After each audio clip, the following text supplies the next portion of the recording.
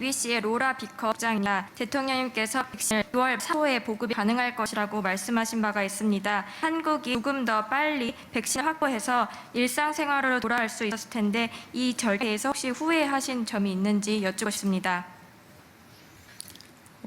그렇지 않습니다. 지금 그 백신은 충분히 빨리 도입됐고 또 충분한 물량이 확보가 되었습니다. 여러 가지 처음 개발되는 백신이기 때문에 여러 백신을 이렇게 고르게 구입하고서 위험도 분산시켰습니다. 또 백신 접종 시간도 걸리고 또 백신의 유통기간도 있기 때문에 분기별로 순차적으로 도입을 해서 6월부터 시작해서 대체로 한 9월까지는 접종이 필요한 국민들이 1차 접종과는 다 마칠 계획이고 그쯤 되면 대체적으로 집단 명령이 형성될 거라고 생각합니다. 그리고 일부 남은 2차 접종 그리고 또 접종에서 누락된 분들 이런 분들이 또 4분기에 이렇게 이제 접종을 마저 이제 하면 늦어도 11월에는 집단 면역이 거의 완전하게 형성될 거라고 생각합니다. 이런 접종의 시기라든지 그다음에 집단 면역의 형성 시기 이런 면에서 다른 나라들하고 비교해 보면 한국은 결코 늦지 않고 오히려 더 빠를 거라고 생각을 합니다. 지금 백신 첫 접종이 2월 말 또는 3월 초 이렇게 될 거라는 것은 우리 방역 당국이 이미 이제 밝힌 바가 있는데 지금으로서는 코박스 물량이 가장 먼저 들어올 가능성이 있습니다. 그렇게 될 경우에는 백신이 들어오는 시기와 접종의 시기가 조금 앞당겨질 가능성도 있는 것으로 보고를 받고 있습니다. 물론 아직 협의 중이기 때문에 확정된 것이 아닙니다. 저는 가능성이라고만 말씀을 드리겠습니다. 구체적인 내용은 방역 당국에서 상세한 백신 접종 계획을 세워서 국민들께 보고를 드릴 것입니다. 국민들께 한 가지 당부 말씀을 드리자면 정말 지금 어려운 시기를 이렇게 견디고 계십니다. 그러나 오늘 확진자 수가 300명대로 이렇게 내려왔듯이 지금 3차 유행이 꺾이고 있는 것은 분명합니다. 이번 한 주 동안 거의 400명대 또는 그 이하로 유지할 수 있다면 방역의 단계도 조금 더 이렇게 완화도 할 수 있을 것이라고 그렇게 기대하고 있습니다. 긴장을 놓치지 마시고 조금만 더 이 시기를 견뎌주시고 이겨내 주시면 바로 다음 달부터는 우리가 백신 접종을 시작할 수 있고 또 그에 앞서 치료제도 사용을 할 수 있기 때문에 우리가 세계 어느 나라보다도 앞서서 이 방역에서 성공을 거두고 위기를 극복하는 그래서 일상과 경제를 빠르게 회복시킬 수 있는 나라가 될 수 있을 것이라고 그렇게 생각합니다. 국민들께 조금만 더 힘을 내 주십사라는 당부 말씀을 드리겠습니다.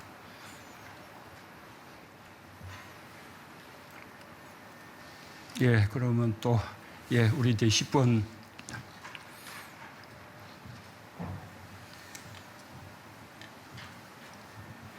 안녕하십니까. 아주경제신문의 김봉철 기자라고 합니다.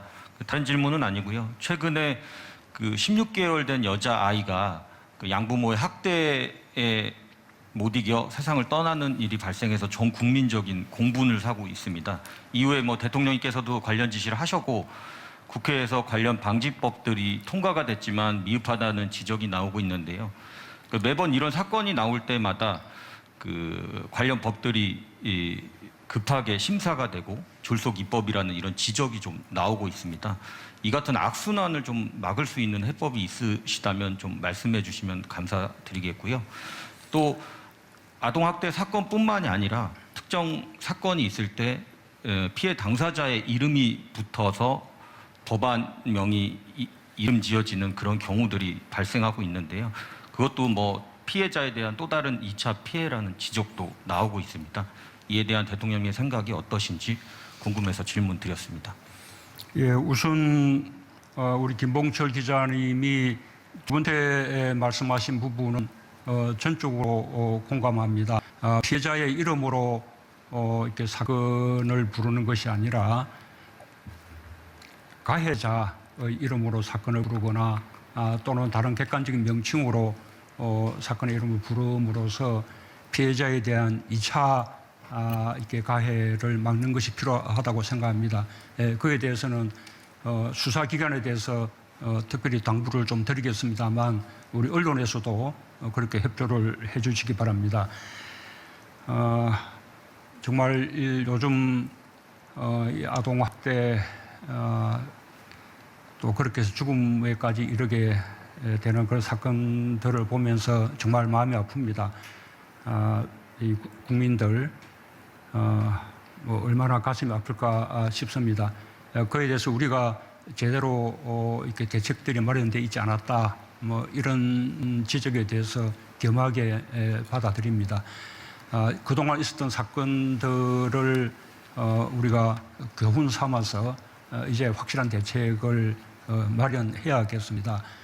우선은 학대 아동의 어떤 위기 징후를 보다 빠르게 이제 감지하는 그런 시스템이 필요하고, 그 다음에 또 학대 아동의 그 어떤 의심 상황이 발견이 되면 곧바로 학대 아동을 부모 또는 양부모로부터 분리시키는 그런 조치가 필요하다고 봅니다. 그러자면 그 학대 아동들을 보호할 수 있는 임시보호시설이나 쉼터 같은 것도 대폭 이렇게 확충될 필요가 있습니다. 그리고 또 그 문제를 전담할 수 있는 전문성이 있는 아동학대 전담 공무원을 작년부터 이렇게 설치하기 시작했는데 그 숫자를 대폭 늘려야 할 필요가 있고, 그 공무원을 중심으로 경찰과 학교 또는 그 의료계 또는 시민사회, 아동보호기관 이런 종합적인 이런 논의 시스템을 마련해야 할 것이라고 그렇게 생각합니다. 입양의 경우에도 사전에 그 입양하는 부모들이 충분히 입양을 감당할 수 있는지 하는 그 상황들을 보다 좀 잘 조사하고, 또 초기에는 여러 차례 입양 가정을 방문함으로써 아이가 잘 적응을 하고 있는지, 또 입양 부모의 경우에도 이렇게 마음이 변할 수가 있기 때문에 일정 기간 안에는 입양을 이렇게 뭐 다시 취소한다든지, 또는 여전히 입양하고자 하는 마음은 강하지만 그 아이하고 맞지 않는다고 할 경우에 입양 아동을 또 바꾼다든지 여러 가지 방식으로 또 입양 자체는 또 위축시키지 않고 활성화해 나가면서 입양 아동을 보호할 수 있는 그런 대책도 필요하다고 생각합니다. 지금 국회에서 활발하게 법안들이 제출되어 있기 때문에 그 국회와 협의해서 아주 필요한 어떤 대책들을 조기에 마련하도록 하겠습니다. 예, 위로 올라가서요. 예. 21번 기자님. 예. 네, 안녕하세요. 경향신문 이주영 기자입니다. 좀 전에 나왔던 그 입양아동 학대 사건과 관련해서 여러 문제점이 드러났지만 그 중에 아동 학대 의심 신고를 접수하고도 경찰이 부실 대응했던 문제가 있었습니다. 검경 수사권 조정으로 경찰의 권한이 강화됐지만 경찰이 책임 수사를 할 수 있는 역량을 갖추고 있느냐는 의문이 제기되고 있는데요. 이에 대한 대통령님 견해를 듣고 싶습니다. 예, 아동 학대 사건에 대한 그 조사는 검경 수사권 조정과는 관계가 없는 문제입니다. 검경 수사권 조정 이전부터도 그런 사건들은 일차적으로 경찰이 담당을 하고 있고 또 지역사회와 가장 밀착되어 있기 때문에 경찰이 당연히 일차적인 조사를 할 수밖에 없는 상황입니다. 그 점에 대한 그 경찰의 인식이 그동안 부족한 점이 있었다고 생각합니다. 우리가 이제 어떤 사건들에 대해서도 이 사건을 바라보는 우리 국민들의 어떤 정서나 눈높이나 또는 민감도나 이런 것이 갈수록 달라지고 있습니다. 아동 학대의 경우에는 굉장히 그 민감도가 높아지고 있기 때문에 경찰이 그만큼 그 사건을 중요하게 인식하는 것이 중요하다고 생각합니다. 그렇기 때문에 전문 경찰관을 이렇게 함으로써 그 전문 경찰관이 아까 아동 학대 전담 공무원과 또 지역사회의 아동 이렇게 보호기관 등과 함께 이렇게 연계를 하면서 학대 아동을 보다 조기에 발견하고 또 학대 아동이 신고될 경우에 적절한 조치를 취할 수 있도록 그렇게 준비를 더 강화시켜 나가겠습니다. 예, 50번 기자님. 예. 네, 안녕하세요. 연합뉴스 설승인 기자라고 합니다. 대통령님, 저는 그 감사원 관련해서 좀 여쭙고 싶습니다. 지금 여권을 중심으로 월성 원전에 대한 감사원 감사나 검찰 수사가 정치적 성격을 띠고 있다는 비판이 제기되고 있는데요. 나아가서 감사원이 정부의 탈원전 정책 수립 과정까지 감사하는 것은 월권이라는 지적도 일각에서 나오고 있습니다. 근데 반대편에서는 여권의 지나친 압박이 오히려 감사원의 독립성을 해치는 거 아니냐 이런 지적도 나오는데요. 대통령께서는 감사원의 월성원전 감사 그리고 검찰의 관련 수사를 어떻게 바라보고 계신지 궁금합니다.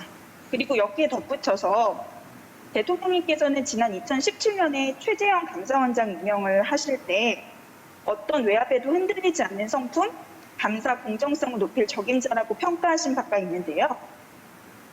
지금도 이제 임명 3년이 조금 넘었는데 지금도 그 생각에는 변함이 없으신지 그것도 궁금합니다. 예, 지금 월성 원전에 대한 그 지금의 그 감사는 지난번 1차 감사는 국회 그 상임위원회의 감사 그 요청 의결이 있었습니다. 그에 따라서 이루어진 감사였고 이번의 또 감사는 이 공익감사 청구가 있었기 때문에 그에 따라서 최소한의 범위에서 감사가 이루어지는 것으로 알고 있습니다. 저는 감사원의 감사가 정치적 목적의 감사라고 그렇게 생각하지 않습니다. 또 감사원이 정치적 목적으로 감사를 해서도 안 된다고 생각합니다. 검찰의 수사도 당시 감사원으로부터 수사기관으로 이첩된 데 따라서 이렇게 수사가 이루어진 것이지 그 이상으로 이 정치적 목적의 수사가 이루어졌다고 그렇게 생각하지 않습니다. 그리고 감사원의 어떤 독립성 또 검찰의 그 중립성을 위해서 감사원의 감사나 또 검찰의 수사에 대해서 일체 개입하지 않는다는 그 원칙은 지금까지 철저하게 지키고 있다고 자부하고 있습니다. 대통령님, 지금 방역과 관련된 질문을 원래 하기로 되어 있는 시간이어서요. 방역 질문을 조금 더 받고 다음 단계로 넘어가셨으면 합니다. 예, 이제 그러면 방역 관련 질문하실 분만 폐말을 들어주시기 바랍니다. 방역은 너무 잘하니까 별로 질문이 없으신가요?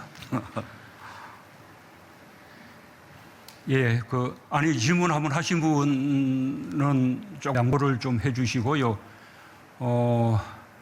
예, 31번 기자님 얼굴이 안 보입니다만, 예, 아시아 투데이 이국재 기자님이네요. 네, 대통령님 감사합니다. 저 아시아투데이 이육대 기자입니다. 최근 동부구치소에서 불거진 교정기관 집단 감염 사태에 대해서도 질의를 드리지 않을 수가 없을 것 같습니다.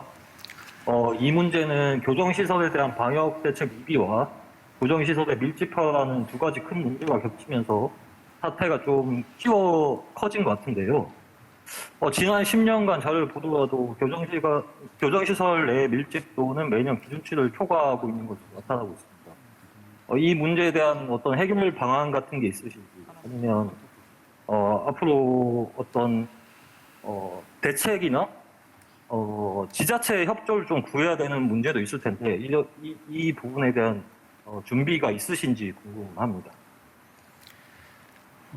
우선 집단 수용 시설에서의 집단 감염이 꽤 있었는데 동부구치소의 집단 감염의 경우에는 국가가 직접 운영하는 시설에서 집단 감염이 발생한 것이기 때문에 더욱 엄중하게 느끼고 있습니다. 그래서 법무부 장관과 또 그 방역 당국이 이미 국민들께 사과를 드린 바도 있습니다. 이런 교도소 같은 수용시설에서 집단 감염이 발생하는 것은 다른 나라에도 여러 사례들이 많이 있었습니다. 약간의 특수성이 있다고 생각합니다. 확진자가 발생할 경우에 그분들이 구속되어 있는 수감자 신분이기 때문에 쉽게 민간 병원으로 아니 일반 병원으로 격리한다거나 또는 생활치료시설로 또 격리하는 이런 것이 조금 어렵습니다. 그래서 자체 시설 내에서 격리 조치를 취하는 방식으로 해결하려고 하다 보니 그것이 감당이 안 돼서 대규모 확산으로 번진 것이라고 봅니다. 처음부터 좀 더 비상한 그런 대책을 세웠으면 좋았겠다는 그런 아쉬움이 있습니다.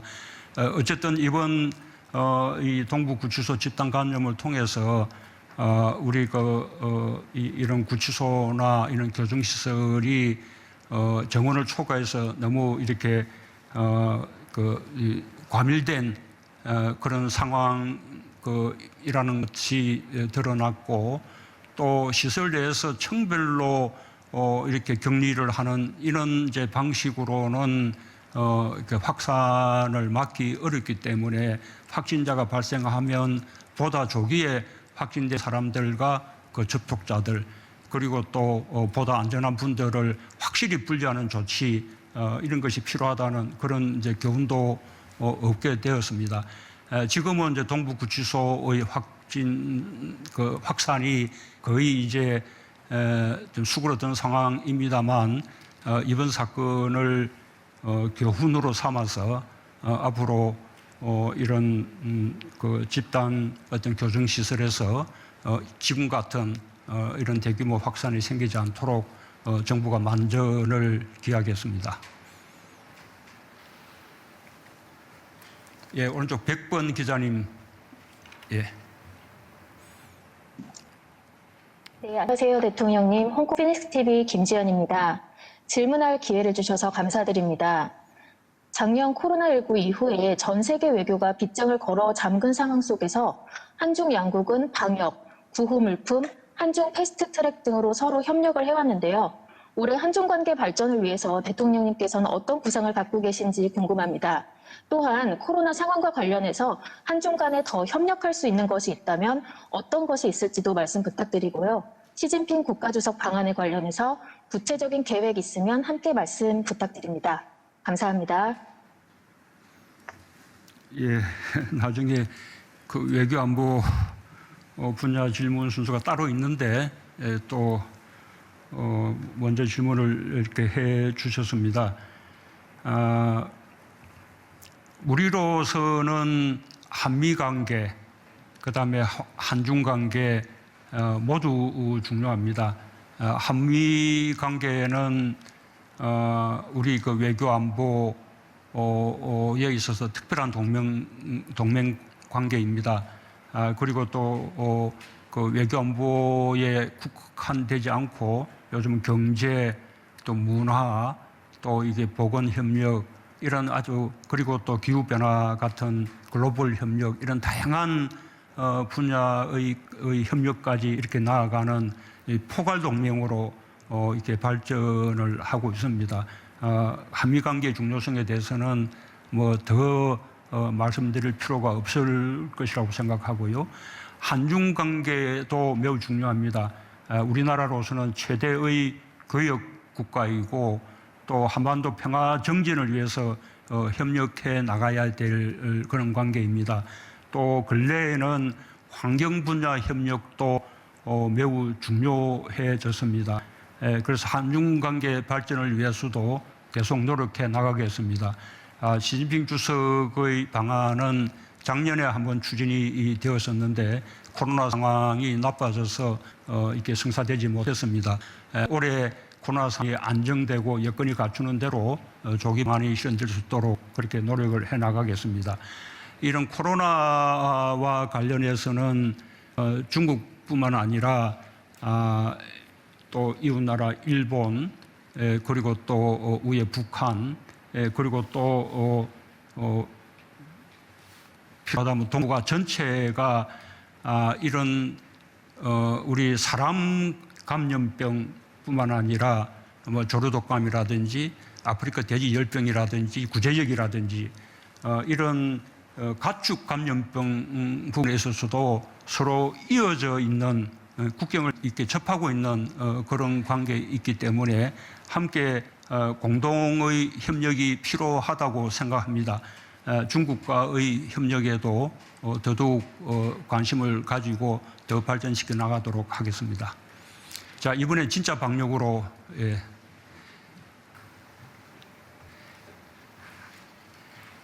예, 73번 기자님 부탁합니다.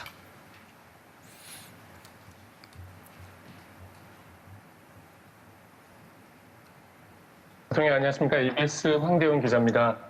아까 전에 나왔던 질문에서 좀 연계된 질문으로 드리고자 합니다. 지난 한 해 동안 교육과 보육 현장에서 가정돌봄과 원격 교육이 진행되면서 말씀하신 대로 학력 격차도 많이 벌어졌고 또 정인인 사건과 아동 학대가 더 수면 아래로 가라앉는다는 지적도 나오고 있는데요.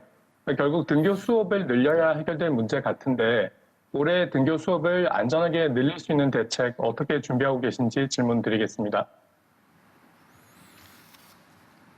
예, 우리 EBS 황대훈 기자님이었는데 우리가 코로나 상황 때문에 부득이 그 비대면 원격 수업을 하게 되었을 때 전국 단위의 그 원격 수업이 가능하게 되었던 것은 당시 EBS의 협력 덕분이 아주 컸습니다. 감사를 드립니다. 아마도 전국 단위의 원격 수업을 그렇게 전체 아동을 대상으로 할 수 있었던 나라는 아마 우리가 세계에서 처음이 아닌가 싶습니다. 어쨌든 그런 원격 수업은 등교 수업이 이루어지지 않기 때문에 맞으면 부득이 선택하는 그 대안이고 그다음에 좀 더 우리가 상황이 정상화된다면 대면 수업을 좀 더 보완하는 방법으로 이렇게 활용할 수는 있겠지만 이 원격 수업 자체가 근본적인 대안이 될 수는 없다고 생각을 합니다. 최대한 코로나 상황을 빨리 극복해서 아이들이 학교에 등교해서 대면 수업을 할 수 있는 것이 그만큼 아이들에 대한 교육의 효과도 노리고 또 아이들의 사회성도 이렇게 늘려주고 부모들의 돌봄 부담도 덜어주는 그런 근본적인 방법이라고 생각합니다.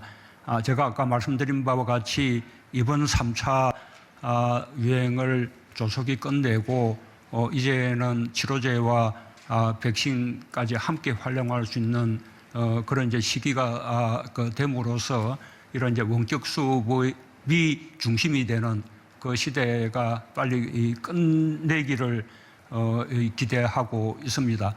뿐만 아니라 또 부득이 원격 수업이 또 계속되는 경우에 있어서도 그로 인해 생기는 교육 격차를 최대한 막고 또 그 아이들의 이 돌봄 문제가 해결될 수 있도록 이 공보육과 공돌봄 또 온종일 돌봄 같은 이런 또 돌봄을 획기적으로 늘림으로써 부모들의 돌봄에 대한 부담을 들어주고 아이들이 돌봄 밖에서 방치되는 일이 없도록 정부가 최선을 다하겠습니다.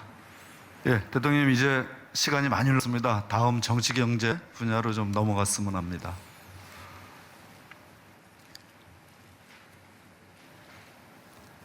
예, 예, 이제 정치 경제라고 합니다. 예, 35분 기자님, 예.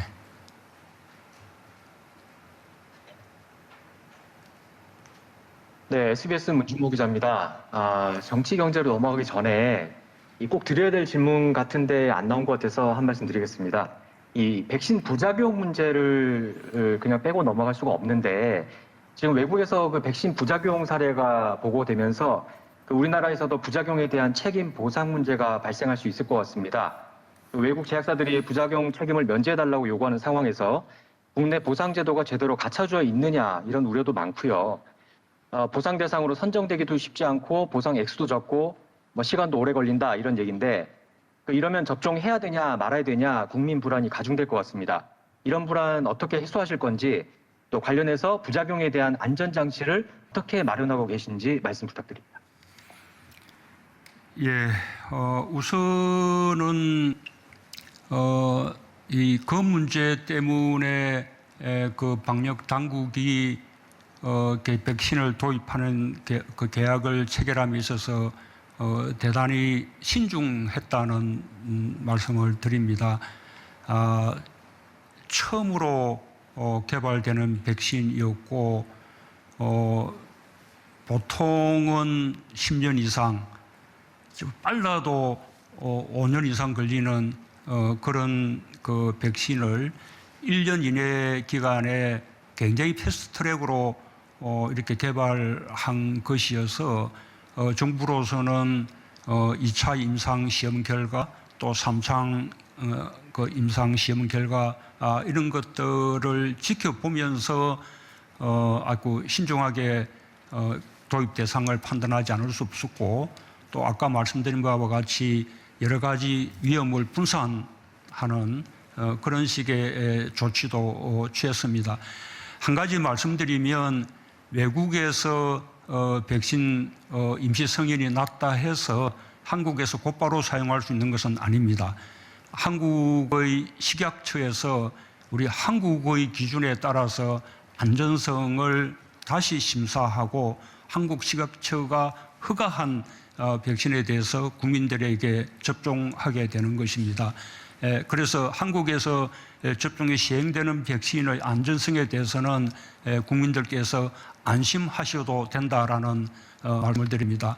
또 한 가지 이 좋은 점은 이 백신의 접종에 있어서 생기는 여러 가지 문제점들, 심지어 부작용 사례들까지도 우리가 외국에서 이루어지고 있는 접종 사례들을 보면서 한국은 충분히 분석할 수 있게 되었고 또 그 점을 대비하면서 접종할 수 있게 되었습니다. 그 점에 대해서도 국민들께서 우리 한국의 백신 접종에 대해서 보다 신뢰도 좋다는 말씀을 드리고 싶습니다.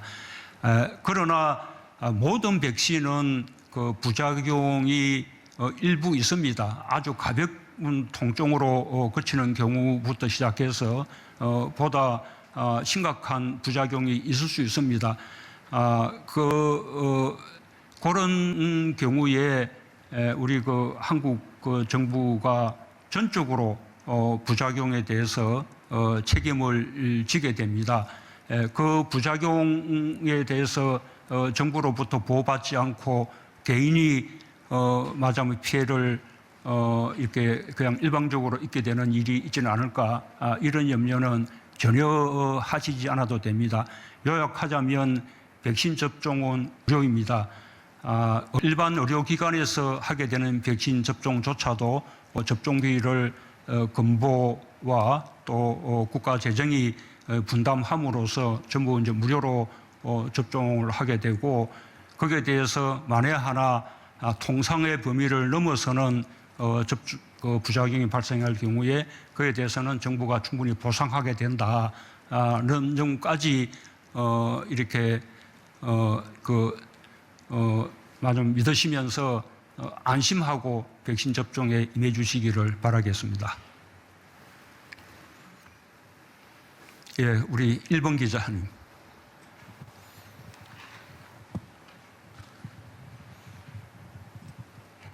네, 7번입니다.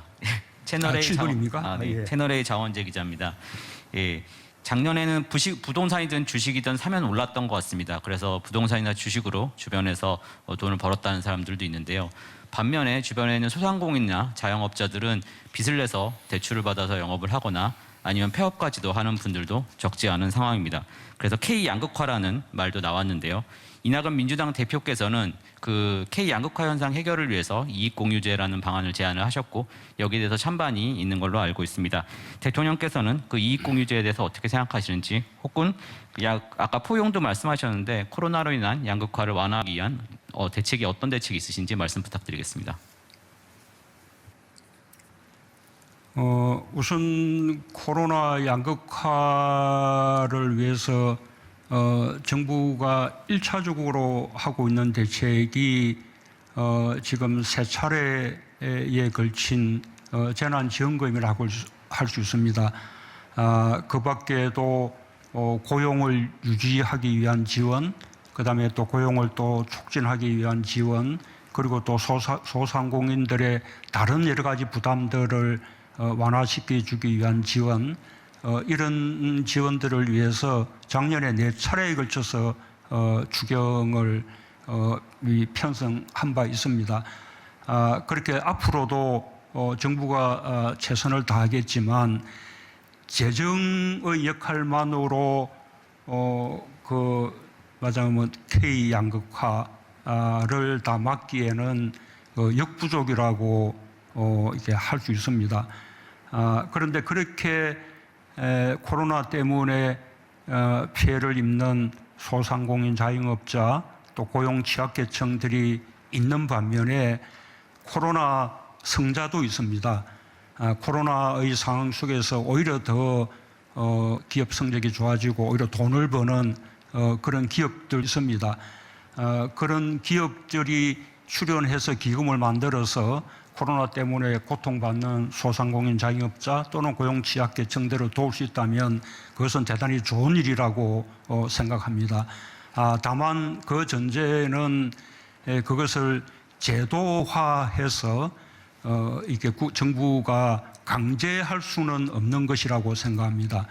그것은 민간 경제계에서 어떤 자발적인 그런 움직임으로 그런 운동이 전개가 되고 또 거기에 참여하는 기업에 대해서는 국가가 강력한 인센티브를 제공한 방식으로 권장해 나가는 그런 방식이 바람직하지 않을까 생각합니다. 그런 선례가 과거에 있었습니다. 우리 한중 FTA를 체결할 때 그 FTA가 이게 농업 또는 수산, 축산 이런 분야에는 많은 피해를 입히게 되지만 또 한중 FTA를 통해서 제조업이라든지 공산품 업체라든지 오히려 이렇게 혜택을 보는 기업들도 많이 있습니다. 그 당시에 그런 기업들과 공공 부분이 함께 기금을 조성해서 피해를 입는 농어촌 지역을 돕는 이른바 농어촌 상생협력기금이 운영되어 있습니다. 물론 기업의 자발성에 근거한 것입니다. 그런 사례대로 지금 이익공유제라는 그 이름이 어떻게 붙던 그런 코로나 시대에 오히려 더 이렇게 그 돈을 버는 그런 기업들이 피해를 입는 그런 대상들을 돕는 그런 자발적인 운동이 일어나고 그 운동에 대해서 정부가 또 강력한 인센티브를 제공하고 하는 것은 매우 바람직한 일이라고 생각을 합니다.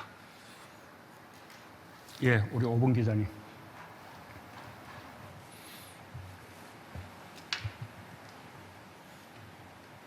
네, OBS의 배혜수 기자입니다.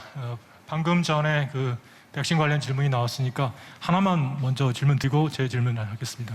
대통령께서 그 백신 접종의 불안감을 좀 해소하기 위해서 가장 먼저 백신 접종을 하실 생각이 있으신지 먼저 좀 질문 드리겠고요. 그 재난지원금 관련해 가지고 이재명 경기지사가 경기도민 전원에게 1인당 10만 원씩 재난기본소득을 지급하는 방안을 추진하고 있는 걸로 알고 있습니다.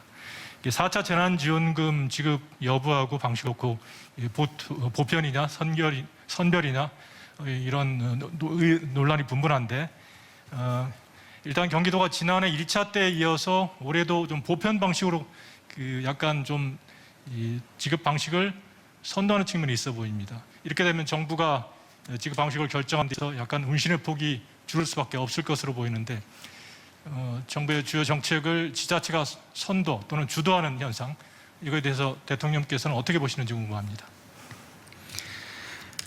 우선은 아까 그 백신에 대한 그 불안을 말씀하시는 분도 계시는데 그 우리나라는 이 독감 백신 접종률이 매우 높은 나라입니다, 세계적으로. 그래서 저는 이 코로나 백신도 우리 국민들이 이 방역 당국을 신뢰하고 나는 많이들 접종하실 것이라고 생각합니다. 우리 한국 내에서 백신에 대한 불안 때문에 백신 접종을 기피할 것이다라는 것은 저는 아직은 기우라고 그렇게 생각하고 있고요. 그래서 백신 접종에 차질이 없다면 저는 대통령을 비롯한 공무원들은 방역에 종사하는 공무원들을 제외하고는 굳이 우선순위가 될 필요가 없다고 생각합니다. 우선순위자들부터 먼저 접종하고 나중에 일반 국민들과 함께 접종하면 충분할 것이라고 생각하고요.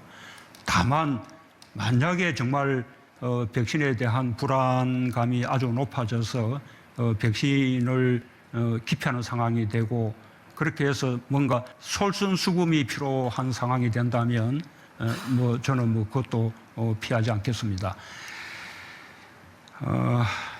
이 재난지원금은 보편이냐 선별이냐 그렇게 이렇게 나눌 수 없다고 생각합니다. 당시의 경제 상황에 맞추어서 가장 적절한 방식을 선택할 문제라고 생각합니다. 우리의 경우 1차 재난지원금은 말하자면 선별에 필요한 행정시간을 줄이고 최대한 빨리 신속하게 지급하고 또 국민들에게 위로하는 그런 목적까지 겸해서 보편 이렇게 지원을 했습니다. 그러나 2차 재난지원금과 3차 재난지원금은 이제는 주로 피해 입는 대상들을 대체로 선별할 수 있게 되었고 또 선별에 많은 행정시간이 소요되지 않는다는 그런 자신도 생겨났기 때문에 2차, 3차 재난지원금은 주로 피해 입는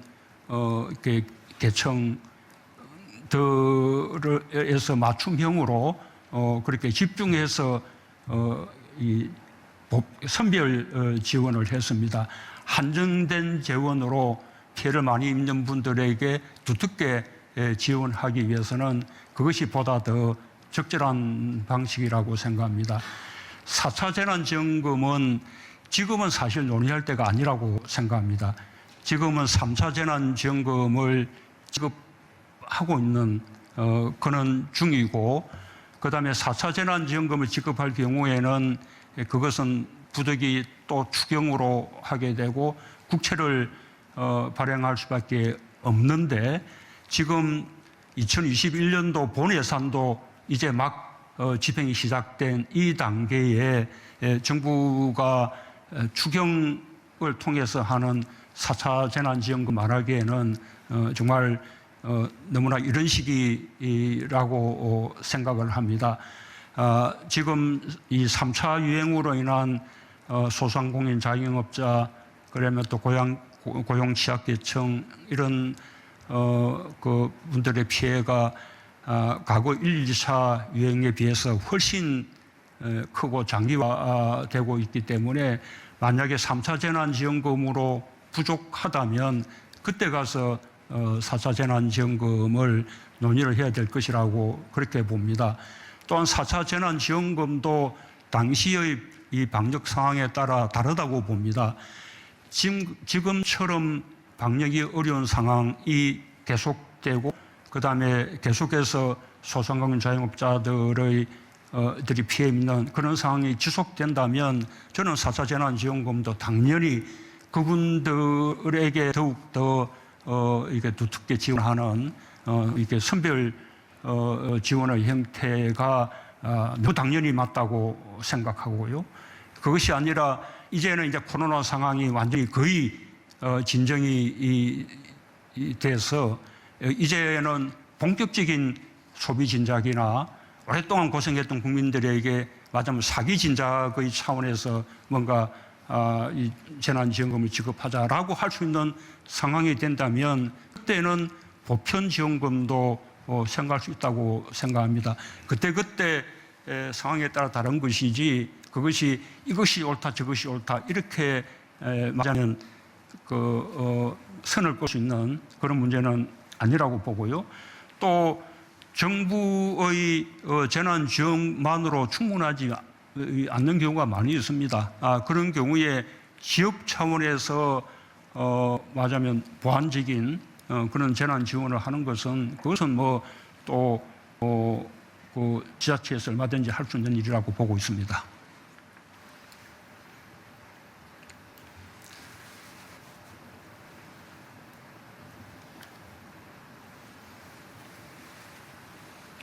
예, 101번 기자님. 예.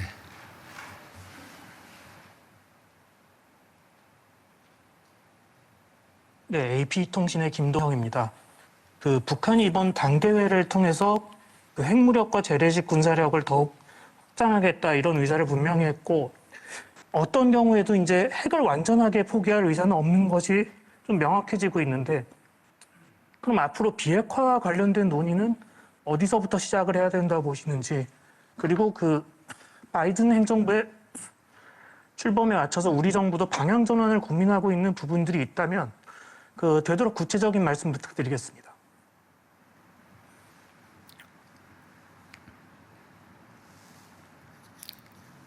예, 바이든 미국 신행정부의 출범으로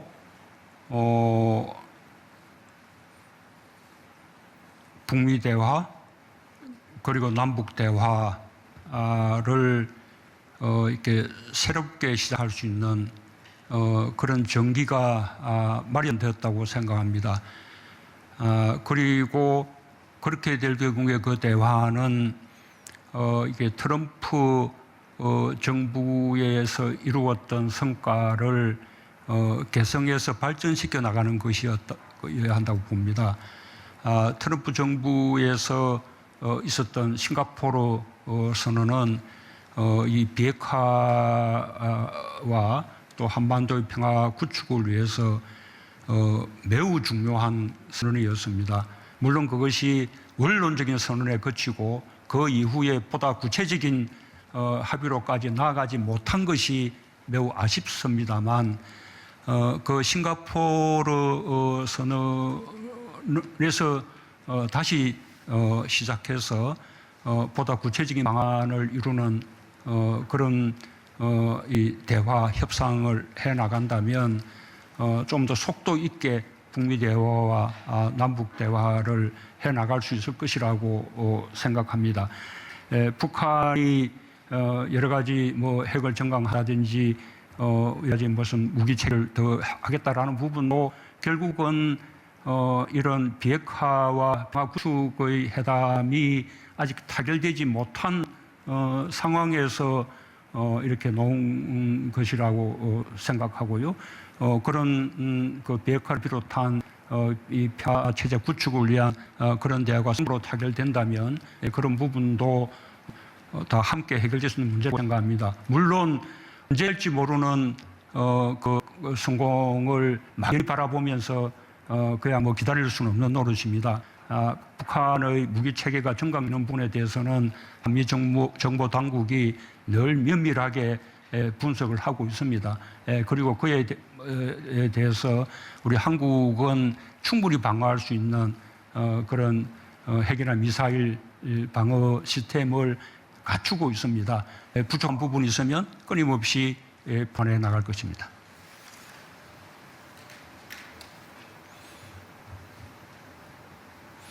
예, 30분 기자님 해주실래요?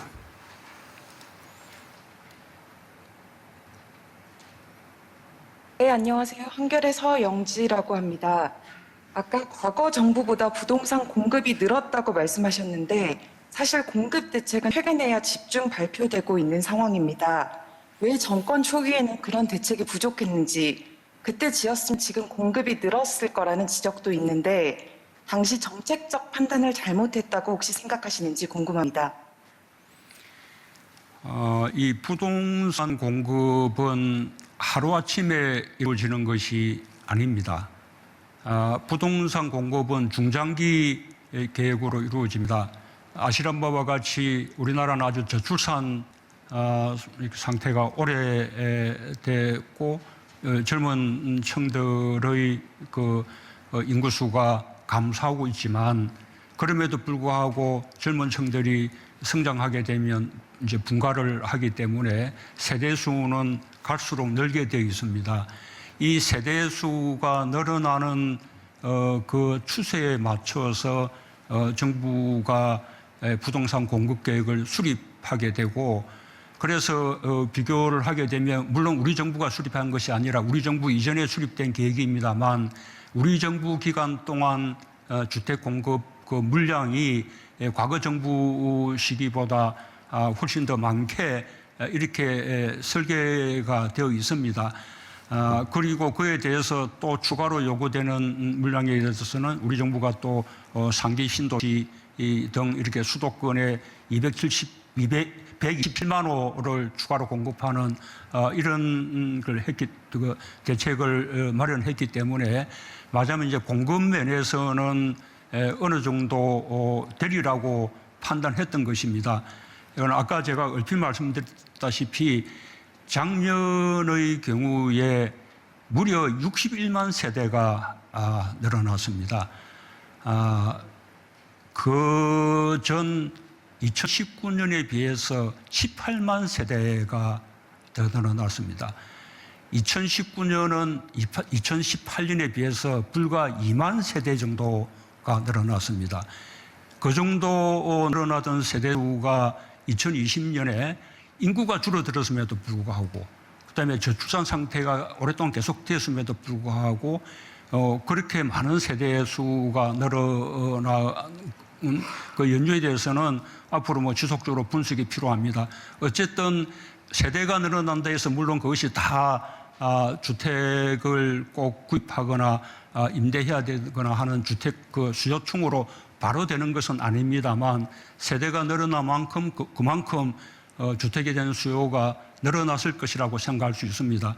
이 주택 그 수요가 예측할 수 없었던 정도로 이렇게 늘어났기 때문에 지금 정부는 그 점을 이렇게 충분히 그 수요에 이렇게 대응할 수 있는 그런 긴급한 공급 대책이 필요하다고 보고 이 긴급한 대책에 위해서는 기존의 절차라든지 뭐 이런 것을 좀 더 뛰어넘는 보다 아주 획기적이고 강한 대책 그리고 창의적인 대책이 필요하다고 생각하고 있는 것입니다.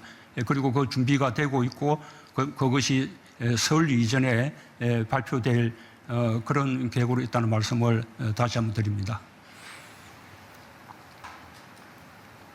예, 우리 이번 기자님 아까 안 하셨던가요? 예. 안녕하십니까. 뉴스원 구교훈 기자입니다. 새해 복 많이 받으십시오. 저는 추미애 법무부 장관과 윤석열 검찰총장이 갈등을 벌일 때 대통령께서 인사권자로서 목소리를 내지 않으시거나 움직이지 않으셨다는 지적이 많았습니다. 윤석열 총장의 임기가 법정으로 보장돼 있음을 감안하더라도 대통령께서 정치력을 발휘하셔서 문제를 원만하게 풀 수도 있었지 않았겠냐는 지적도 있었는데요. 이에 관해 대통령의 입장은 어떠신지 여쭙고 싶습니다. 글쎄요. 과거 같았으면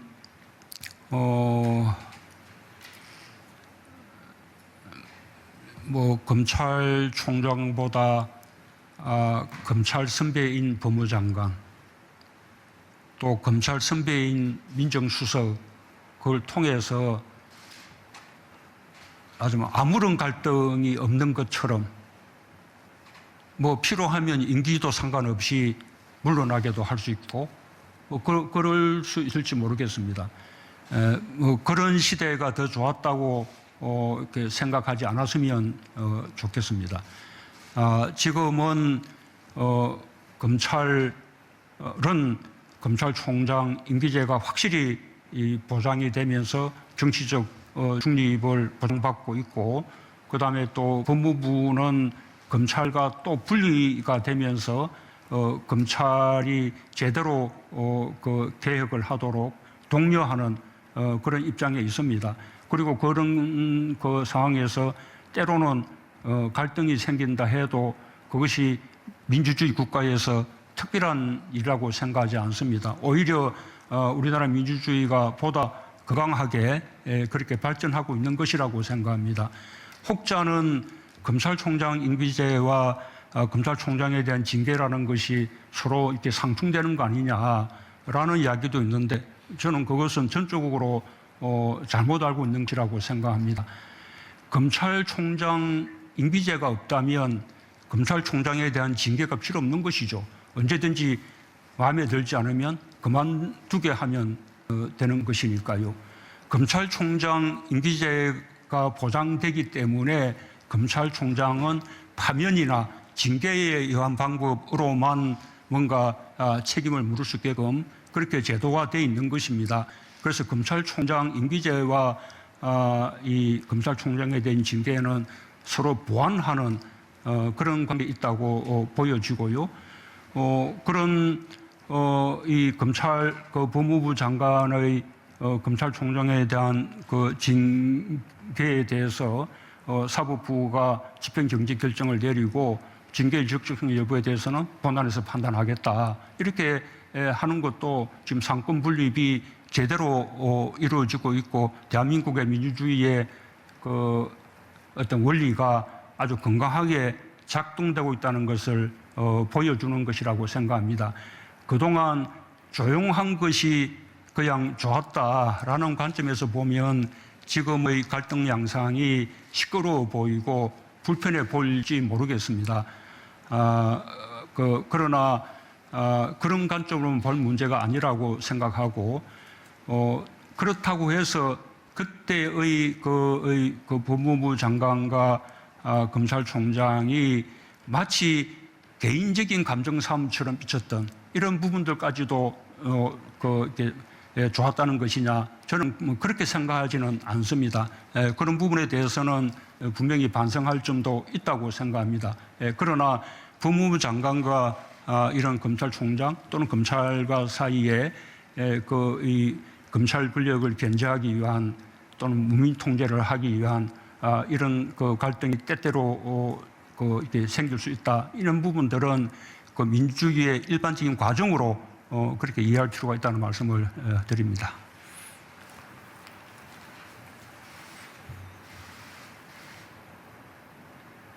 예, 96번 기자님. 예. 네, 안녕하세요. 미디어 오늘의 노지민이라고 합니다. 이렇게 집에서 질문을 할 기회를 얻게 됐는데요. 아무래도 대통령을 좀 뵐 수 있는 기회가 많지 않다 보니까 분야를 막론하고 질문들이 좀 나오는 것 같습니다. 최근 들어서 소통을 많이 하지 않으신다, 또 불통의 모습을 보인다, 이런 지적을 받고 계신데 어떻게 생각하시는지, 또 언론 접촉을 늘려가실 계획이 있으신지 궁금하고요. 또 덧붙여서 앞서 약속하셨던 공영방송 지배구조 개선에 대한 그런 계획이나 생각도 궁금합니다.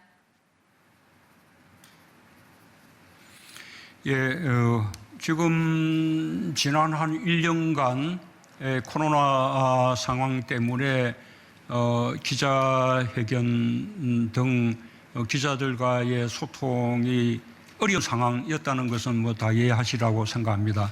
뿐만 아니라 우리 춘추관에서는 그 사이에도 뭐 기자회견이라든지 또는 뭐 녹지원에 기자님들 초청한다든지 또는 제가 춘추관을 방문한다든지 여러 번 그런 식의 맞아면 이제 언론들이 있었지만 또 그럴 때마다 또 방역 상황이 좋지 않아져서 그런 부분을 미루게 되고 뭐 이랬던 점들도 아시고 계시리라고 생각합니다.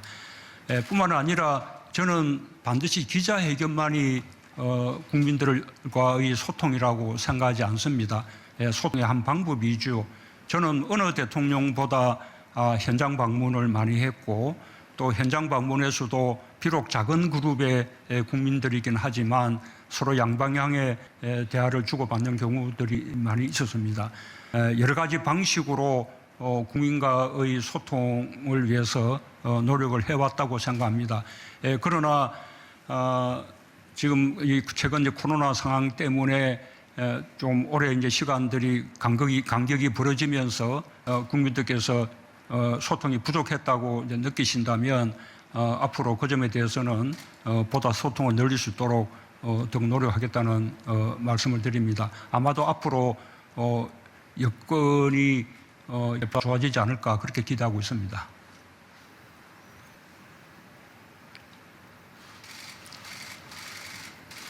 예, 89번 기자님, 예, 부탁합니다.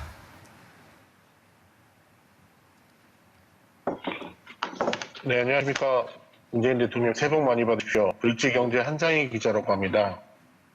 네, 대통령님께서 지난주 신년사를 발표하시면서 주택 공급 확대에 매진하시겠다는 입장을 밝히셨습니다. 이에 대해 전문가들도 긍정적으로 평가하고 있는데요.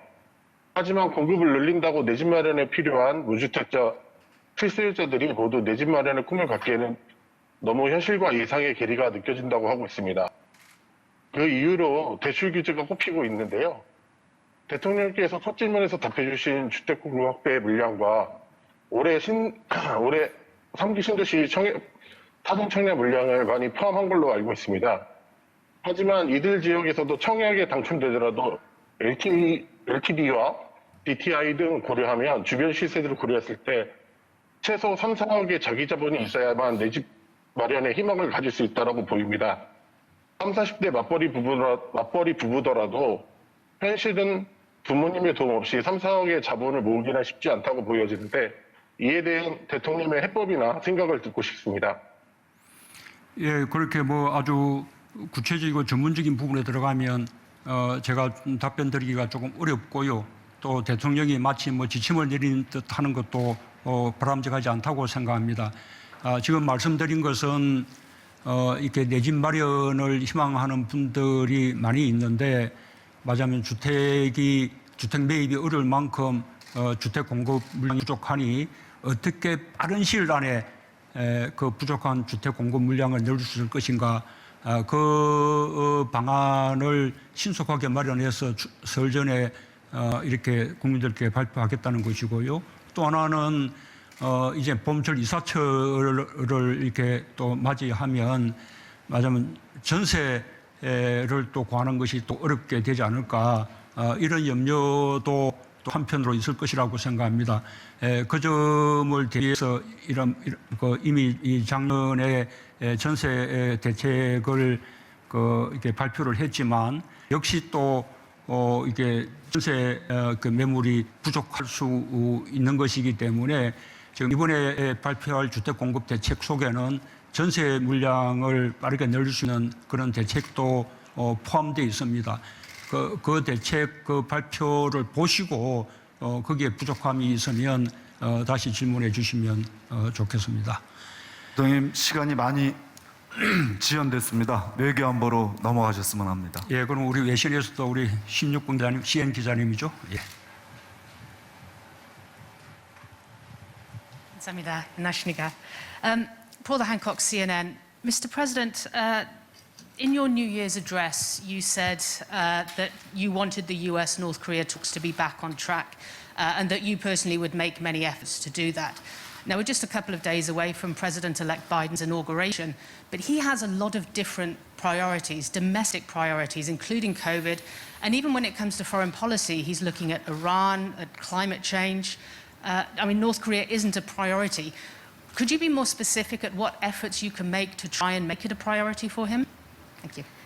대통령님, 저는 CNN의 플라 행콕스 지국장입니다. 대통령님께서 신년사에 북미 회담이 다시 재개될 수 있도록 개인적으로 노력을 하시겠다고 말씀을 하셨습니다. 며칠 뒤면은 바이든 신행정부가 출범할 예정입니다. 하지만 바이든 신행정부의 경우에는 코로나 대응을 포함해서 다양한 국내 현안에 직면해 있습니다. 또한 외교 안보 사안에 있어서도 이란이라든지 기후변화 대응이라는 과제를 안고 있습니다. 따라서 북한 문제가 우선순위가 되지 않을 가능성이 있습니다. 구체적으로 북핵 문제가 우선순위가 될 수 있도록 대통령님께서 어떤 노력을 할 예정이신지 여쭙고 싶습니다. 우선은 가능하면 그 조기에 우리 그 한미 정상 간의 그 교류를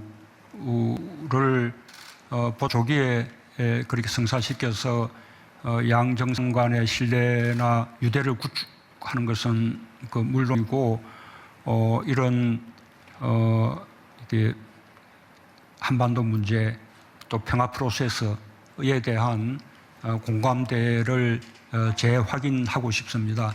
나아가서는 그 문제 말고도 한미 간에 협력할 수 있는 현안들이 많이 있기 때문에 그 부분에 대한 협력도 확대해 나가고자 합니다.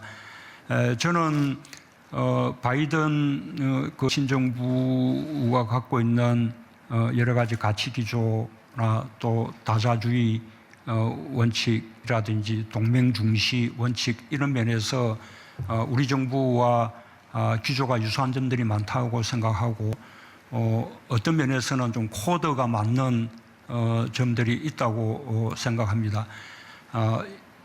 이 바이든 정부가 다른 문제가 산적해 있는 것은 사실이지만 또 그리고 또 코로나 상황 때문에 발목이 잡혀서 본격적인 외교 행보에 나선데 조금 시간이 걸릴 수는 있지만 그런 점들 외에는 이 북미 이런 대화를 또는 북미 문제 해결을 말하자면 뒷순위로 미룰 것이라고 생각하지는 않습니다. 왜냐하면 트럼프 정부 때 이루어진 성과가 일정하게 있기 때문에 그 성과가 필요하다는 점에 대해서 저는 바이든 정부가 같은 인식을 할 것이라고 생각합니다. 뿐만 아니라 이 바이든 행정부가 외교 정책의 방향을 잡는 데도 시간이 필요하지 않을까라는 이제 염려를 하시는 분들도 있지만 우선은 바이든 대통령 그 자신이 과거에 상원에서 외교위원장도 했고 또 부통령으로서 외교를 담당해서 아주 외교에 대해서 아주 전문가이십니다. 남북 문제에 대해서도 과거 김대중 대통령의 햇볕 정책을 지지했을 정도로 남북 문제도 잘 알고 있습니다. 이번에 바이든 행정부의 안보 라인을 형성하는 그런 분들도 대체로 한반도 문제에 대해서 정통하신 분들이고 또 이 대화에 의한 이게 문제 해결 방식에 대해서 찬성하는 분들입니다. 저는 이게 북한 문제가 충분히 미국의 바이든 정부의 외교 정책에 있어서 여전히 우선순위를 끌 수 있을 것이라고 생각하고 또 그렇게 될 수 있도록 여러 가지 미국과의 교류를 강화하면서 그 미국과 함께 협력해 나가겠습니다.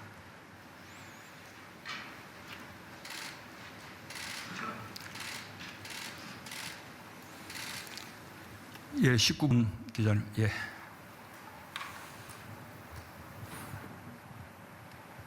네, 1번 마니치문 호리야마 기자입니다. 저는 과거사 문제 해결에 대해서 여쭤보겠습니다. 1월 8일에 일본 정부에 대한 배사 명령을 하는 그 판결이 있었습니다. 위안부 문제는 징용 문제하고 좀 경과가 다르게 한일 간에서 정부 간에서 65년 협정에 있는 그 법적인 한계를 보완하기 위한 외교 노력을 많이 해왔던 분야라고 생각합니다. 예를 들어서 코노단과 무라야마단과 거기에 대한 뭐 촌리의 사죄도 있었고 그 편지가 일부지만 위안부 할머니한테 전달도 해왔었습니다.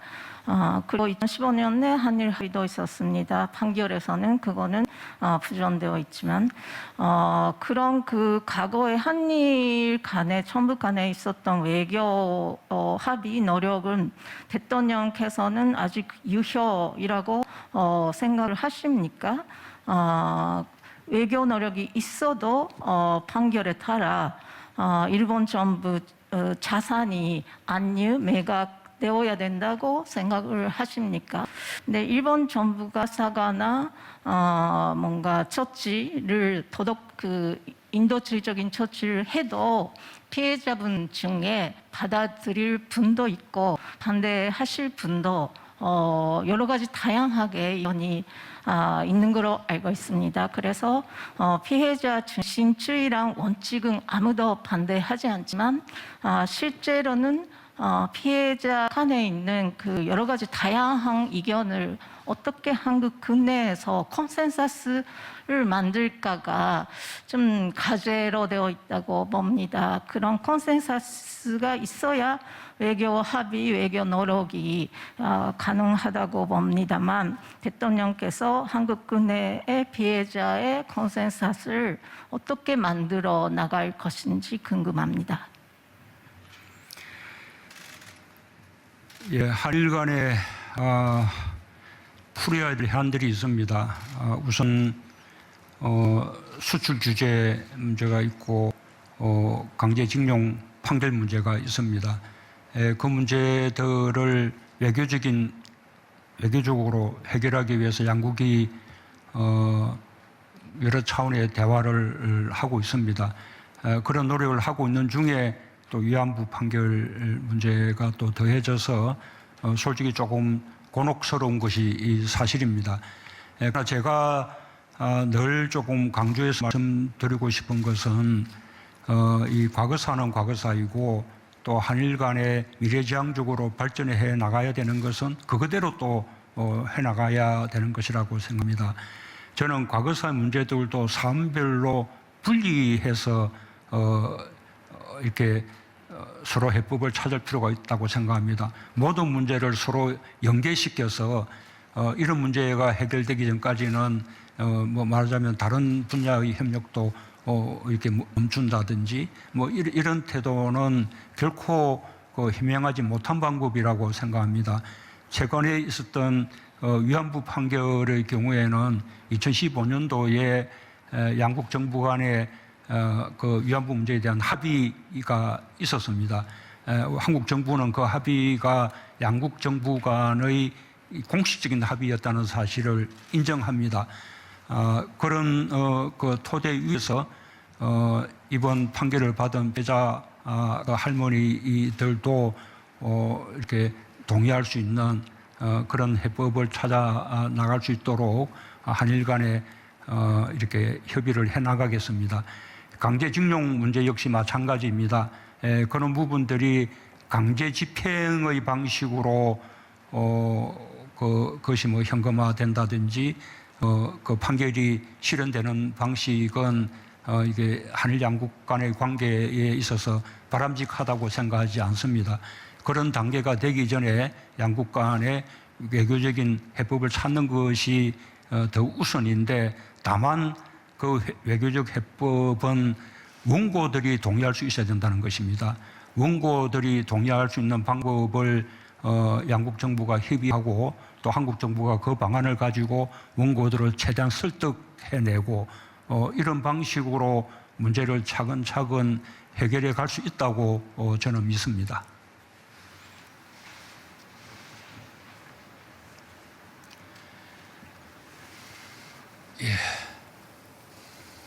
예, 52번 기자님, 예.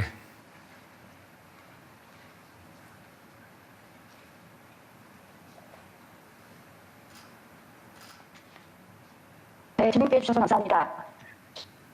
논크레올 이주. 대통령께서는 그 신년사 때 연결 상태가 원활하지 못해서 다음 분으로 넘어갔으면 합니다. 네, 나중에 다시 기회를 드리기로 하고요. 예, 그러면 25번 기자님, 예.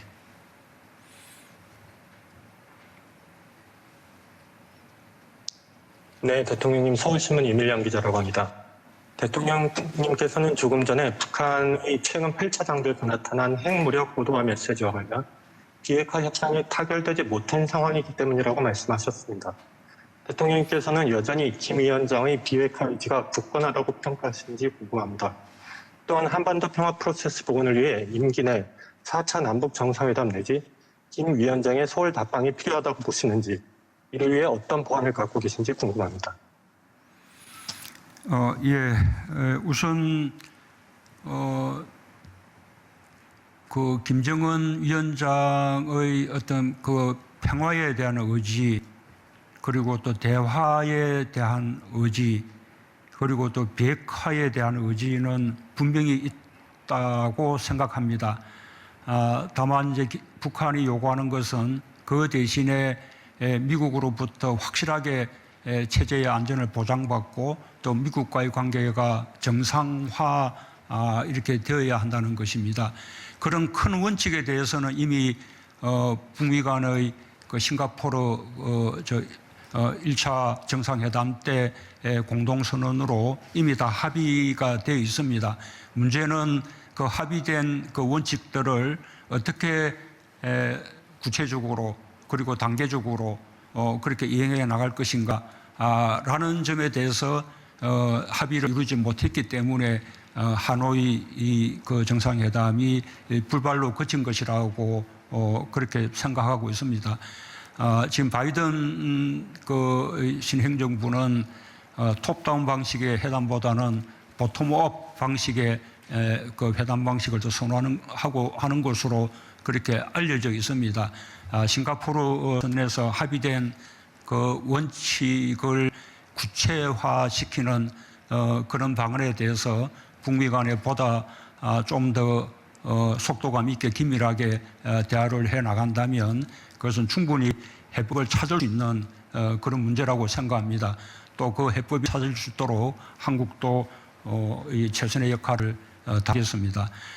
김정은 위원장의 이 남쪽 그 답방은 이 남북 간에 합의된 상황입니다. 그래서 언젠가 이루어지기를 기대하고 있습니다. 그러나 꼭 그 김정은 위원장의 답방이 먼저 이루어져야 한다. 그렇게 고집할 필요는 없다고 생각합니다. 저는 뭐 언제 어디서든 김정은 위원장과 만날 용의가 있고 그렇게 남북 정상 간의 만남이 지속되다 보면 그렇게 더 신뢰가 쌓이게 되면 언젠가 김정은 위원장이 남쪽으로 방문하는 답방도 이루어지게 될 것이라고 그렇게 믿습니다.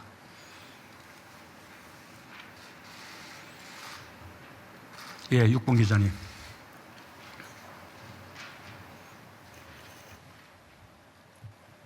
네, 아리랑TV 김민지 기자라고 합니다.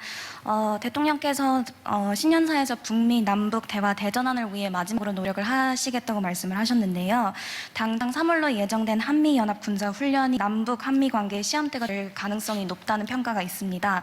전권 전환 등을 위해 군사훈련이 필요하고 추후에 한미 간 긴밀한 논의가 있어야겠지만 북한의 연합훈련 중단 요구를 대통령께서 어느 정도 수용이 가능하신지, 그리고 바이든 행정부에게 설득 여지가 있으신지 궁금하고요. 아울러 바이든 행정부와 종전선언을 조기에 논의하실 의향이 있으신지 답변 부탁드리겠습니다.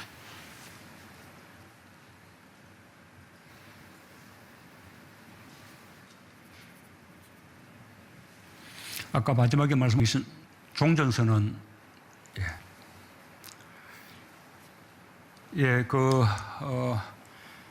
그 북한이 그 한미연합훈련에 대해서 매번 아주 신경을 쓰면서 예민하게 그렇게 이제 반응을 합니다. 이 한미연합훈련도 크게는 이 한반도 그러니까 비핵화와 평화정착이라는 한반도 평화 프로세스의 틀 속에서 논의가 될 수 있는 문제라고 생각합니다. 남북 간에는 이런 한미 그 합동 이런 그 군사 훈련에 대해서 남북 군사 공동위원회를 통해서 논의를 하게끔 그렇게 합의가 되어 있습니다.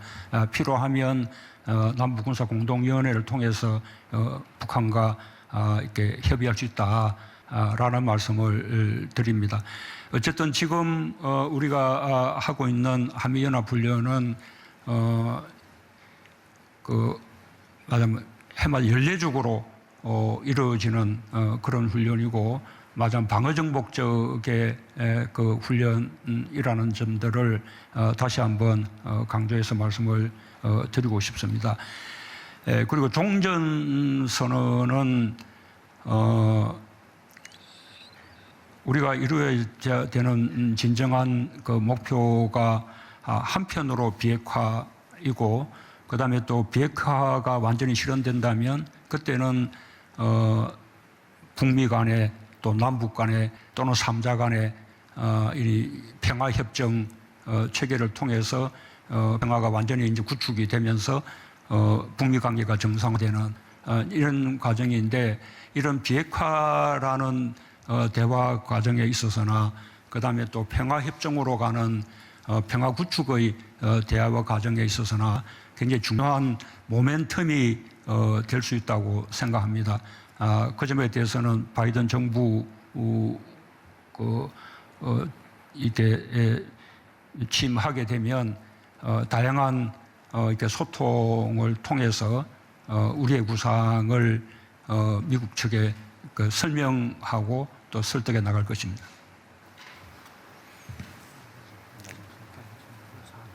아까 연결 안 되시면 연결됩니까? 네, 아니요. 아직 연결이 안 돼서 질문을 안 하기로 했습니다. 예. 새로 선임은 되겠습니다. 예. 106번 기자님, 예.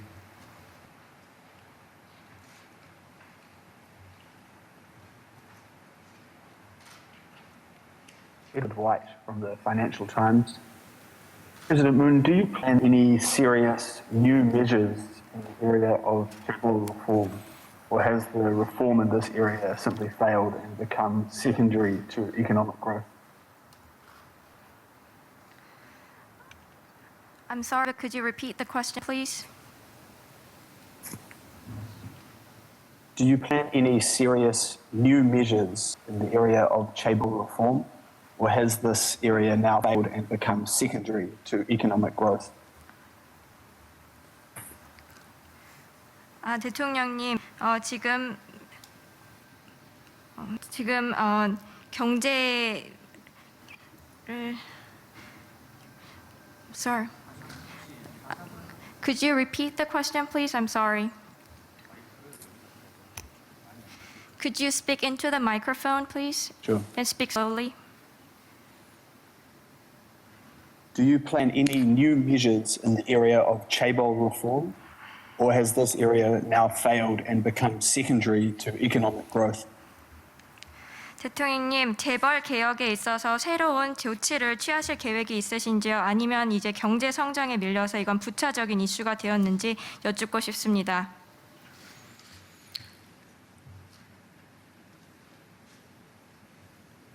예, 이 공정경제에 관해서는 지난 국회에서 공정경제 3법이 이미 통과된 바 있습니다. 우리 그 기업 지배 구조의 그 민주화라든지, 그 다음에 또 대중소 기업들 간의 어떤 공정 경제라든지, 뭐 이런 걸 통한 경제 민주주의의 진전에서 큰 역할을 할 것이라고 믿습니다. 일단 법 제도적인 그 공정 경제에 관한 법 제도적인 개혁은 공정경제 3법의 통과로서 일단 대체로 마무리가 되었다고 볼 수 있겠습니다. 또 한편으로 우리가 보다 이제 노동 존중 이런 이제 사회를 위해서 또 노동관계 3법도 이렇게 통과가 되고 그것을 통해서 ILO 핵심 그 협약에도 우리가 이제 비준을 할 수 있게 됐습니다. 그 비준안이 국회에서 지금 처리 중에 있습니다. 그런 것들을 통해서 노사관계도 보다 균형이 있는 관계로 그렇게 우리가 더 발전시켜 나갈 수 있을 것이라고 생각합니다. 또 하나 우리가 또 재벌 문제에 있어서 중요한 부분은 우리가 이제는 더 이상 일하다가 죽는 그런 사회가 되어서는 안 되겠다는 것입니다. 이런 대기업들이 하청을 통해서 위험을 외주화하고 외주화된 위험에 대해서는 책임지지 않는 그런 일들이 되풀이 되어 와서 우리 국민들을 아프게 하는 그런 중대한 재해들이 계속되어 왔었습니다. 이 중대기업처벌법도 국회에서 통과가 되었습니다. 비록 내용에 있어서는 이 노동계는 노동계대로 부족하다고 비판하고 또 경영계는 경영계대로 또 거기에 경영에 큰 압박이 될 것이라고 또 비판을 하고 있어서 서로 불만을 표시를 합니다만 어쨌든 중요한 첫발을 내딛었다고 생각합니다. 그 법을 시행을 해 나가면서 부족한 부분들이 있다면 더 이제 발전시켜 나갈 것이라고 보고 그것을 통해서 우리 산업장의 어떤 안전 문제도 우리가 진일보할 수 있게 되었다고 그렇게 말씀드릴 수 있습니다. 네, 이제 시간이 많이 흘렀습니다. 분야별 질의를 마치고 채팅 질의로 넘어가도 되겠습니까? 네, 그럼 분야별 질의를 마치고 채팅 질의로 넘어가겠습니다. 이곳 현장이나 화상 연결에 참여하지 못한 기자들에게 질문을 이미 받아놓은 게 있습니다. 진행은 SBS 정경윤 기자께서 수고하시겠습니다. 네, 안녕하세요. SBS 정경윤 기자입니다. 네, 조금 전 정만훈 수석님 말씀하신 대로 기자회견에 이곳 현장에서 그리고 온라인으로 참여하지 못한 청와대 출입 기자들이 160명 정도 됩니다. 이 기자들이요, 지금 제 오른쪽에 보이는 온라인 채팅창에서 이 질문들을 계속 올려주고 있었는데요. 기자회견 동안 나오지 않았던 질문들, 이 문제는 꼭 대통령의 생각을 들어보고 싶다, 혹은 추가 질문이 있다, 이런 내용들을 계속 올려줬습니다. 그래서 저희가 이 많은 질문들 중에서 기자들의 동의를 많이 얻은 질문 3가지를 선정을 했고요. 제가 지금부터 그 질문을 드리려고 합니다. 지금 바로 질문을 드려도 괜찮을까요? 네, 첫 번째 질문입니다. 네, 4차 남북 정상회담 개최와 관련한 질문인데요. 북한이 이번에 8차 당대회를 계기로 당 비서제를 부활시키면서 대남 비서, 국제 담당 비서를 임명하지 않았습니다. 대남 국제정책을 후수로 밀었다는 평가도 나옵니다. 대통령님은 임기 말 한 번 더 화상으로라도 남북 정상회담을 목표로 하고 계신지요? 하게 되면 비핵화, 남북협력, 북미 대화 중 무엇을 최우선으로 당부하고 싶으신지 답변 부탁드립니다. 우선 저로서는 처음 제가 대통령에 취임한 2017년도 한반도 상황을 생각하면 정말 전쟁의 먹구름이 한반도 상황을 가득 덮고 있다고 할 정도로 정말 평화가 위협받는 그런 상황이었습니다. 그런 상황에서 벗어나서 지금까지 이 평화를 잘 이렇게 유지해 온 것은 큰 보람이라고 생각합니다. 남북 간에 있어서도 판문점 선언이나 평양 선언 등을 통해서 크게 발전시킬 수 있었습니다. 그러나 그 이상 이렇게 더 나아가지 못하고 그 단계에서 이렇게 멈춘 것이 매우 아쉽습니다. 북미 간에 있어서도 사상 처음으로 북미 양 정상이 직접 회담을 하는 그런 발전이 있었고 그리고 또 그 북미 간의 대화에 있어서도 우리 한국 정부가 중요한 역할을 했다고 믿습니다. 그러나 북미 대화 역시 싱가포르 선언이라는 아주 훌륭한 합의를 보고서도 그 이후에 더 나간 것이 매우 아쉽습니다. 저는 지금 올해 집권 5년 차이기 때문에 저에게 남은 시간이 많지 않습니다. 그러나 그렇다고 해서 서두를 수는 없는 노릇입니다. 성급하게 생각하지 않고 또 서두르지 않으면서, 그러나 저에게 남은 마지막 시간이기 때문에 그 시간 동안 최선을 다해서 남북 관계를 이렇게 발전시킬 수 있다면 꼭 해보고 싶은 일입니다. 정상회담은 아까 말씀드린 바와 같이 그런 남북 관계의 발전에 도움이 된다면, 그냥 만나는 자체가 목적이 아니라 뭔가 성과를 낼 수 있다면 언제든 어디서든 이렇게 만날 수 있다고 생각합니다.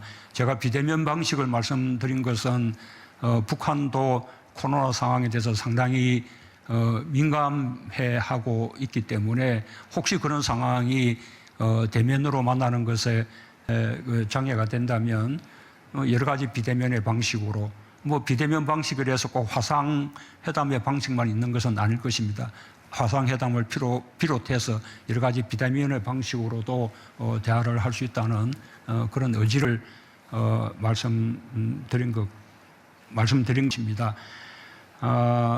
이런 비핵화 남북협력 북미 대화 중에 최우선적인 당부사항, 그 부분은 일단 싱가포르 선언까지 이렇게 합의를 이루었는데 그 이후에 왜 하노이 회담에서는 이렇게 성공을 거두지 못했느냐라는 점을 좀 뒤돌아 보는 것이 중요하다고 생각합니다. 싱가포르 선언에서 이 북한과 미국은 서로 간에 이렇게 필요한 그 약속들을 주고받았습니다. 이 약속들을 구체적으로 실천해 나가는 과정이 중요한데 이 이행들이 하루아침에 한꺼번에 일시에 짠 하고 이루어질 수는 없는 것이기 때문에 부득이 단계별로 이렇게 진행될 수밖에 없습니다. 그리고 이 단계별 진행은 서로 간에 서로 속도를 맞추어서 서로 주고받는 그런 것이어야 한다고 생각합니다. 그런 지난날의 트럼프 정부의 성공 경험과 또 실패에 대한 부분을 반면교사로 삼으면서 바이든 정부가 새로운 자세로 북미 대화에 나선다면 반드시 좋은 성과를 낼 수 있을 것이라고 그렇게 믿습니다. 한편으로 남북 관계에 있어서는 우리가 유엔 제재라는 이런 제재의 틀 속에 있기 때문에 이 남북 간의 여러 가지 협력을 마음껏 할 수 없는 그런 장애가 분명히 있습니다.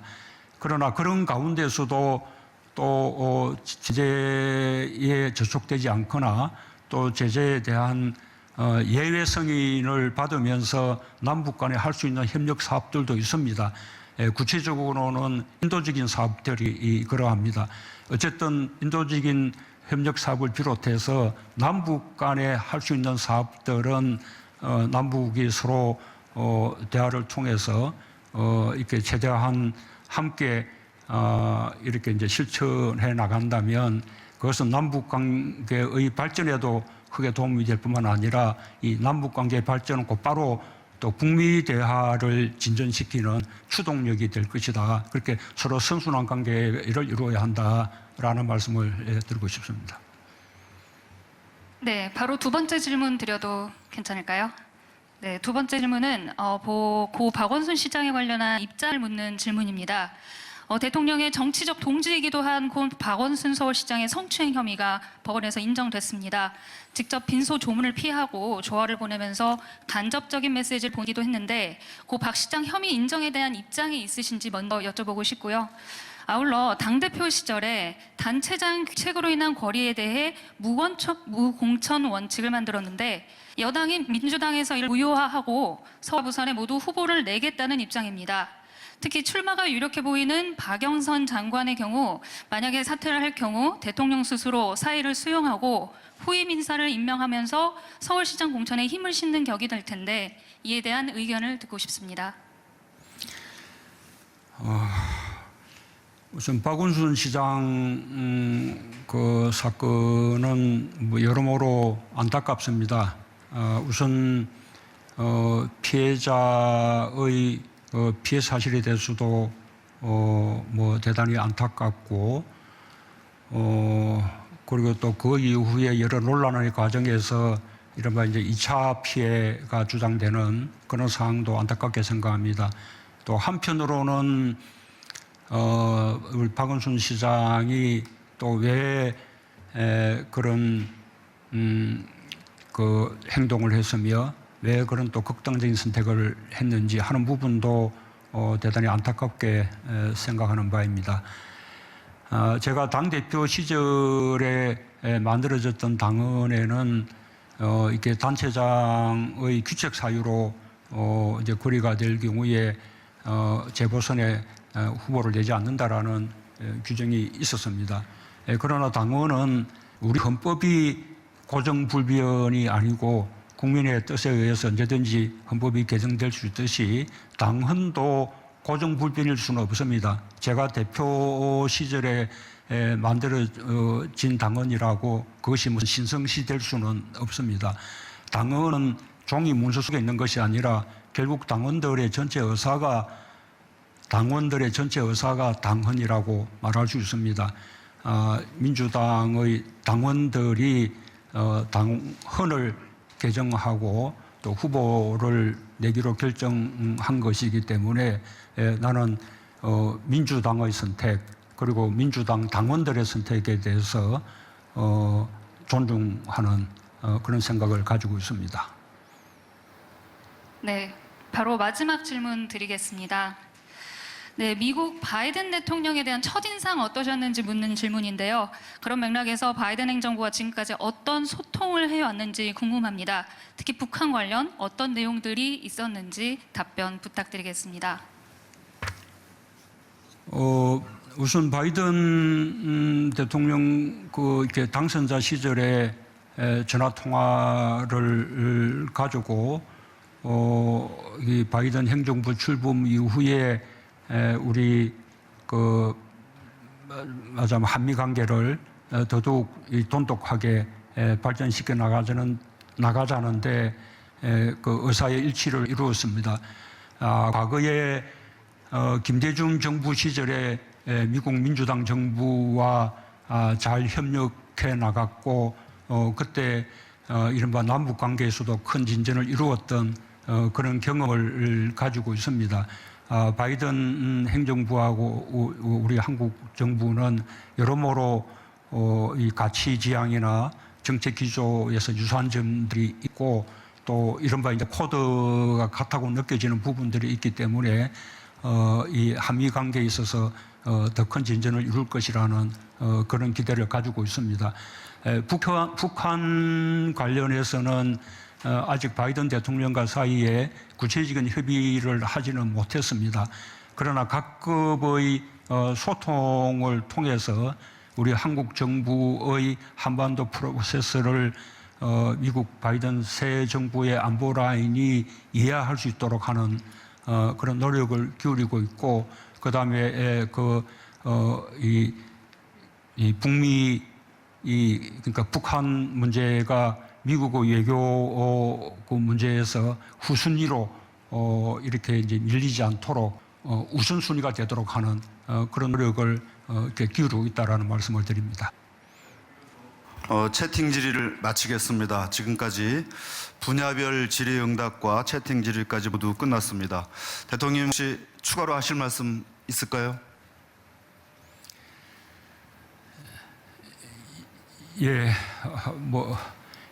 또 지나가고 보면 또 아쉽습니다. 어쨌든 이 좋은 소통의 시간이었기를 바라고요. 또 국민들께서도 궁금한 사항들에 대해서 대통령의 의견을 좀 직접 듣는 그런 좋은 기회가 되었으면 좋겠습니다. 아까 이야기가 있었습니다만 한 번 더 이제 강조해서 말씀드리자면 지금 코로나 3차 유행이 우리 국민들을 너무나 어렵게 만들고 있습니다. 그러나 지금 마지막에 이르렀다고 생각합니다. 확연히 꺾이고 있고 우리가 조금 더 노력해 나가면 훨씬 진정시킨 상황 속에서 우리가 치료제와 백신을 사용하는 그런 단계로 나아갈 수 있습니다. 국민들께서 조금만 더 힘을 내주십사라는 말씀을 드립니다. 또 한 가지 더 말씀드리면 지금 우리 그 경제는 거시적으로는 대단히 좋습니다. 2020년에 OECD 모든 국가들이 다 마이너스 성장을 했지만 한국은 그래도 가장 선방을 해서 이른바 최상위권의 성장률을 유지를 이렇게 했습니다. 뿐만 아니라 올해도 작년에 다들 그 마이너스 성장을 크게 했기 때문에 마이너스 성장을 크게 한 나라일수록 올해 성장률이 더 높아지겠습니다만 2020년과 올해의 그 경제 성장을 합쳐서 코로나 이전으로 이렇게 회복할 수 있는 나라는 극히 드뭅니다.